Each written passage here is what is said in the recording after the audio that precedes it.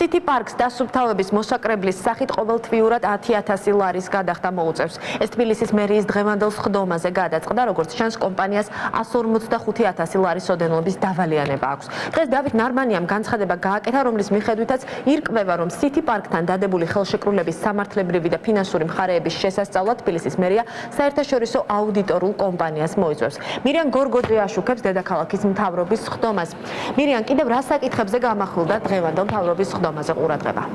თავდაპირველად დავიწყოთ ასე ვთქვათ მთავარი თემით, რაზეც სხდომის დასრულების შემდეგაც გააკეთა დედაქალაქის მერმა განცხადება, შეპესე City Parks თბილისის მერიის მიერ მართვის უფლებით გადაცემული აქვს დედაქალაქის ტერიტორიებში მოქცეული 416,000 კვადრატული მეტრი ფართობის ტერიტორია და სწორედ ამ ფართობზე არის განლაგებული City Park-ის ავტოსადგომები, როგორც დედაქალაქის მერიაში განაცხადეს, სწორედ ამ ავტოსადგომების დასუფთავების მოსაკრებელს არიხდის კომპანია City Park-ი წლების განმავლობაში თბილისის ბიუჯეტში City Park-ი დედაქალაქში 2007 წლიდან მოქმედებს, შესაბამისად გამოდის, რომ 7 წლის განმავლობაში კომპანია თბილისის ბიუჯეტში დადგენილ შემოსავალს არიხდის, რის გამოც საბოლოო ჯამში დედაქალაქის ბიუჯეტი დაახლოებით 900,000 ლარით დაჯარიმდა. ამ ინფორმაციიდან გამომდინარე მერიაში მიიღეს გადაწყვეტილება, რომლის მიხედვითაც კომპანია City Parks თბილისის ბიუჯეტში მოსაკრებლის სახით ყოველთვიურად 10,000 ლარის გადახდა მოუწევს, რაც შეეხება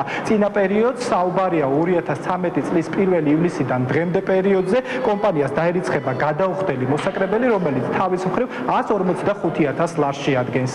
რადგან მე დავავალით რომ ქალაქს ეროჯგუფს რომ სრული ინვენტარიზაცია მოხდეს დედაქალაქში მოსაკრებლის დარიცხვასთან და გადახდასთან დაკავშირებით და გავამკაცროთ მოსაკრებლის ადმინისტრირება როგორც ერთ-ერთი პასუხისმგებლობის ფორმა. შესაბამისად აღმოჩნდა რომ კომპანია City Parks არ აქვს გადახდილი ის მოსაკრებელი, რომელიც სავალდებულო წესით მან უნდა გადაიხადოს და შესაბამისად მას დაეკისრება შესაბამისი მოსაკრებლის გადახდა. კომპანია City Park-ი არ იქნება ერთადერთი, რომელსაც დაეკისრება, სხვა ორგანიზაციებს ასევე დაეკისრება მომავალში. მას საჭიროა ასევე ხელშეკრულებაზე სამართლებრივი და ფინანსური დასკვნა მოამზადოს კვალიფიციურმა აუდიტორულმა კომპანიამ. ამიტომ ამ აუდიტორული კომპანიის შესარჩევად გამოცხადდება კონკურსი.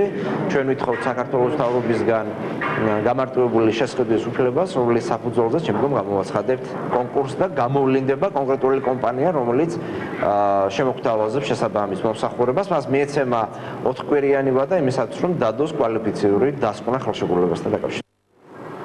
რაც შეეხება თავად City Parks, ჩვენთან საუბარში კომპანიის ადმინისტრაციამ განაცხადა, რომ ისინი სწორედ ამ დროისთვის ამ წუთებში ეცნობიან თბილისის მერიიდან გაგზავნილ დოკუმენტაციას და შესაბამისად ამ მომენტისთვის ისინი სატელევიზიო კომენტარის გაკეთებისგან თავს იკავებენ. ეს იყო მირიან გორგოძე, დედაქალაქის